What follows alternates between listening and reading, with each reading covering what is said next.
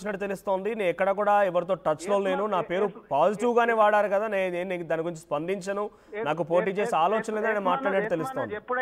ఎప్పుడైతే ఆర్టీవీ అనేది వార్త ముందుకు తీసుకొచ్చింది, అంతకు ముందే గొంతు రామ్మోహన్ తో మాట్లాడితే ఆర్టీవీతో ఎక్స్క్లూజివ్ అదే మాట్లాడు.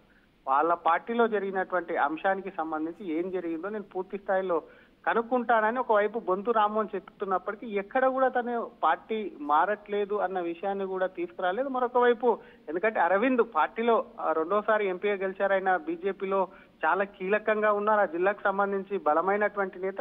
అటువంటి నేత సేమ్ బొంతు రామ్మోహన్ సామాజిక వర్గానికి చెందినటువంటి నేత కాబట్టి ఆయనతో సంప్రదించకుండానే బొంతు రామ్మోహన్ పేరు అనేది సంప్రదించరు అని చెప్పి మరి బీజేపీ పార్టీలో జరుగుతున్నటువంటి చర్చ అని చెప్పాలి. మరొక పక్క ప్రస్తుతం ఉన్నటువంటి అభ్యర్థిలో కూడా తీవ్ర పోటీ ఉంది. ఎందుకంటే ఇంతక అడిగినట్టు వీళ్ళు బలమైనటువంటి అభ్యర్థి లేరా అన్నదానికి ఉన్నటువంటి అభ్యర్థుల్లో బలంగానే ఉన్నప్పటికీ కానీ ఇతర పార్టీల నుంచి ఎన్నిక ముందు జాయిన్ పార్టీకి సంబంధించి కొంత ఊపు వస్తుంది, పార్టీకి అనుకూలమైనటువంటి వాతావరణం కూడా క్రియేట్ అయ్యేటువంటి ఛాన్స్ ఉంటుంది. కాబట్టి అటువంటి వాతావరణాన్ని క్రియేట్ చేయాలి. అటు కాంగ్రెస్ కు సంబంధించి కూడా బీఆర్ఎస్ కు సంబంధించి ఎవరెవరు టికెట్లు ఆశించారు, వారు ఎవరు కూడా కొంత నిరాశలో ఉన్న అటువంటిని పార్టీలో చేర్చుకుంటే పార్టీకి మరింత అక్కడ ఊపొచ్చి మెరుగైనటువంటి ఓట్ల సంఖ్య కానివ్వండి, కొంత గెలుపుకు సంబంధించి కూడా పార్టీకి బీజేపీ ఆలోచిస్తుంది. కాబట్టి బొంతు రామ్మోహన్ ఎందుకంటే గతంలో మేయర్ గా పనిచేశారు, వారి సామాజిక వర్గం బీసీ వారి వాళ్ళ ఇంట్లో రెండు సామాజిక వర్గాలు, ఎందుకంటే తనకు సంబంధించి అటు మున్నూరు కాపు వర్గం కానీ వారి భార్య యాదవ్ సమాజం రెండు సామాజిక వర్గాలు కలిసి వస్తే బీజేపీ పార్టీ లాంటి పార్టీలో చేరిన తర్వాత వారికి టికెట్ ఇస్తామా లేదనేది అప్పుడు అధిష్టానం నిర్ణయిస్తుంది. బట్ బిఫోర్ దాట్ పార్టీలోకి రాకముందే టికెట్ గురించి పెద్దగా ఎక్కడ కూడా ప్రస్తావన ఉండదు. కానీ ధర్మపురి అరవింద్ లాంటి వ్యక్తి ఆయన పార్టీలోకి రాలేదు, ఇంకా బొంతు రామ్మోహన్ పార్టీలో జరిగినట్టు ఎక్కడ బహిరంగ చర్చ లేదు. అంతర్గతంగా మీరు అంటున్నట్టుగా మాట్లాడుతుండొచ్చు కాబోలు, ఎందుకంటే ఎవరికి తెలియదు కాబట్టి. సో అక్కడ ఇంటర్నల్ జరిగిన విషయం పైన అధిష్టానంతో తమ పార్టీలో ఆల్రెడీ ముగ్గురు పోటీ పడుతుంటే వాళ్ళ పేర్లు కాదని బొంతు రామ్మోహన్ పేరుని ప్రస్తావించడాన్ని అంతర్గతంగా బీజేపీ పార్టీ కానివ్వండి, బీజేపీ రాష్ట్ర అధ్యక్షుడు అంటే పోటీ పడుతున్న అభ్యర్థి ఇలా చూడాలి. బీజేపీ ఎంపీ అరవింద్ దీన్ని మాట్లాడడాన్ని అంతర్గతంగా పార్టీలో ఎటువంటి డిస్కషన్ జరుగుతోంది? డెఫినెట్ గా అటు బొంతు రామ్మోహన్ కు సంబంధించి ఒక వర్గం కూడా ఆయన పేరు ప్రతిపాదించినప్పుడు యాక్సెప్ట్ చేస్తున్నప్పటికీ మరికొంతమంది దాన్ని వ్యతిరేకించేటువంటి ఛాన్సెస్ కూడా చాలా ఉంటాయి. మీరు అన్నట్టుగా ముగ్గురు అభ్యర్థులు ప్రధానంగా అటు దీపక్ రెడ్డి, కీర్తిరెడ్డి మధ్యలో పార్టీలో కూడా ప్రధానంగా ప్రస్తుతం ఉన్నటువంటి రేస్ లో వాళ్ళు ఇద్దరే ఉన్నారు. వారితో పాటు వీరపనేని పద్మ, ఈ ముగ్గురు కూడా పార్టీ ఈ రోజు మరి కాసేపట్లో ముఖ్య నేతల యొక్క మీటింగ్ ఉంది, కోర్ కమిటీ మీటింగ్ ఉంది. ఈ మీటింగ్ లో కూడా ఈ ముగ్గురు పేర్లు షార్ట్ లిస్ట్ చేసి హైకమాండ్ కూడా పంపించనుంది. హైకమాండ్ పంపించేటువంటి ఈ చర్చ ఏదైతే ఉందో చర్చల నిన్న ఎందుకంటే కిషన్ రెడ్డి లేడు, నిన్న కిషన్ రెడ్డి కానివ్వండి, ఇతర లక్ష్మణ్ కానివ్వండి, ఇతర ముఖ్య నేతలు లేరు కాబట్టి వాళ్ళందరూ ఈ రోజు మీటింగ్ లో జాయిన్ అవుతారు. ఆ మీటింగ్ లో బొంతు సంబంధించినటువంటి అంశం ఏదైతే ఉందో ఆ అంశం కూడా ప్రస్తావనకు వస్తుంది, దాని మీద కూడా చర్చ జరుగుతుంది.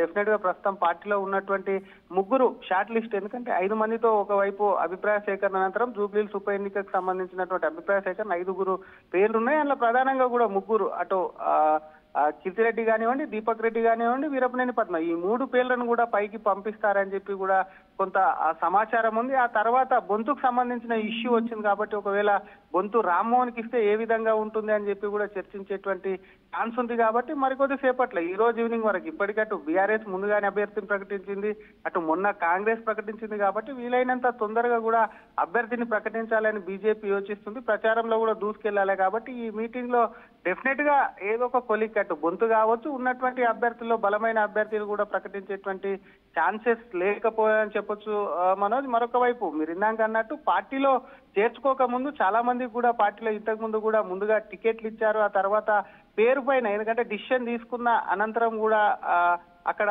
పార్టీకి సంబంధించి కొద్ది ముందే కూడా కండవ కప్పి టికెట్ అనౌన్స్మెంట్ చేసినటువంటి పరిస్థితులు చాలా ఉన్నాయి. అటువంటి సిచ్యువేషన్ కూడా బొంతుకు కూడా వచ్చేటువంటి ఛాన్సెస్ ఉన్నాయని కొంతమంది బీజేపీ నేతలు చెప్తున్నటువంటి పరిస్థితి అని చెప్పొచ్చు. ఎందుకంటే బొంతుకు సంబంధించి ప్రస్తుతం ఉన్న అభ్యర్థులు ఎవరైతే ఉన్నారో వారికి సంబంధించి బొంతు గతంలో జిహెచ్ఎంసీ మేయర్ గా పనిచేశారు కాబట్టి ఆయనకు సంబంధించి కాంగ్రెస్ లో నిరాశతో ఉన్నారు, పార్టీకి కలిసి వస్తుంది. నెక్స్ట్ జిహెచ్ఎంసీ ఎలక్షన్స్ ఉన్నాయి కాబట్టి వాటికి సంబంధించి మాత్రం బొంతుకు సంబంధించి పార్టీ ఒకవేళ ఆలోచిస్తుంది ఫైనల్ డిసిషన్ మాత్రం అది కిషన్ రెడ్డి పార్లమెంట్ కాబట్టి కిషన్ రెడ్డికి సంబంధించి రాష్ట్ర అధ్యక్షుడికి సంబంధించి అలాగే అటు అభయ్ పటేల్ కూడా రాష్ట్రంలో ఉన్నారు కాబట్టి వీరందరికి సంబంధించి కూడా అందరూ ఓకే అయితే నా పేరును ప్రపోజ్ చేస్తారు, లేదంటే డెఫినెట్ గా ఇందాక చెప్పుకున్నట్టు పార్టీకి సంబంధించి బలంగానే ఉన్నారు ఉన్న నేతల్లో అటు కితిరెడ్డి గాని దీపక్ రెడ్డి గాని మరొక పక్క వీరపనేని పద్మ గాని వీళ్ళ ముగ్గురులో ఎవరో ఒకరు డెఫినెట్ గా కూడా అభ్యర్థి అయ్యేటువంటి ఛాన్సెస్ ఉన్నాయని కూడా చెప్పొచ్చు.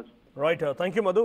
సో మొత్తంగా బొంతు రామ్మోహన్ పేరుని ప్రస్తావించడాన్ని, బొంతు రామ్మోహన్ మాత్రం ఎవరితో టచ్లో లేను, నేను బీజేపీ తరఫున పోటీ చేయను అని చెప్పి క్లారిటీ ఇచ్చే ప్రయత్నం చేశారు. కానీ బీజేపీలో మాత్రం అటు ప్రతినిధి శ్రీధర్ చెప్తున్న ప్రకారంగా ఆల్రెడీ బొంతు రామ్మోహన్తో ఏదో ఒక్కోసాన ధర్మపరవింద్ మాట్లాడి ఉంటారు, ఇద్దరు కూడా ఒకే సామాజిక వర్గానికి సంబంధించిన వారు కాబట్టి మాట్లాడి ఉంటారు, చర్చించుంటారు, అందుకే ఆయన ప్రస్తావన తీసుకొచ్చారని చెప్తూ ఉన్నారు. సో ధర్మపరవింద్ ప్రస్తావన ప్రతిపాదించడాన్ని బీజేపీకి సంబంధించి కొంతమంది వ్యక్తులు సమర్థిస్తుంటే మరికొంతమంది వ్యతిరేకిస్తున్నారు కూడా. కానీ బీజేపీ ఈ స్థాయిలో పార్టీలో ఉన్నటువంటి ముగ్గురు వ్యక్తులని కాదని చెప్పి బొంతు రామ్మోహన్కి అవకాశం కల్పిస్తుందా? బొంతు రామ్మోహన్ మాత్రం నేను వెళ్ళను, నేను ఈ పార్టీలోనే కాంగ్రెస్లోనే కొనసాగుతూ ఎవరితో టచ్లో అని కూడా చెప్పి ప్రయత్నం చేశారు. మరి ఈ రోజు అధిష్టానం ఏ రకమైన నిర్ణయం తీసుకుంటుంది, బీజేపీ అభ్యర్థి ఎవరనేది మాత్రం చూడాల్సిన అవసరం అయితే ఉంది. సో మీ సపోర్ట్ ఎవరికి జూబ్లీహిల్స్ బైపోల్లో కాంగ్రెస్, బీఆర్ఎస్, బీజేపీ వీరిలో ఎవరు గెలిచే అవకాశం ఉంది, ఎవరికి మీరు మద్దతుగా ఉండాలనుకుంటున్నారో కామెంట్ చేయండి.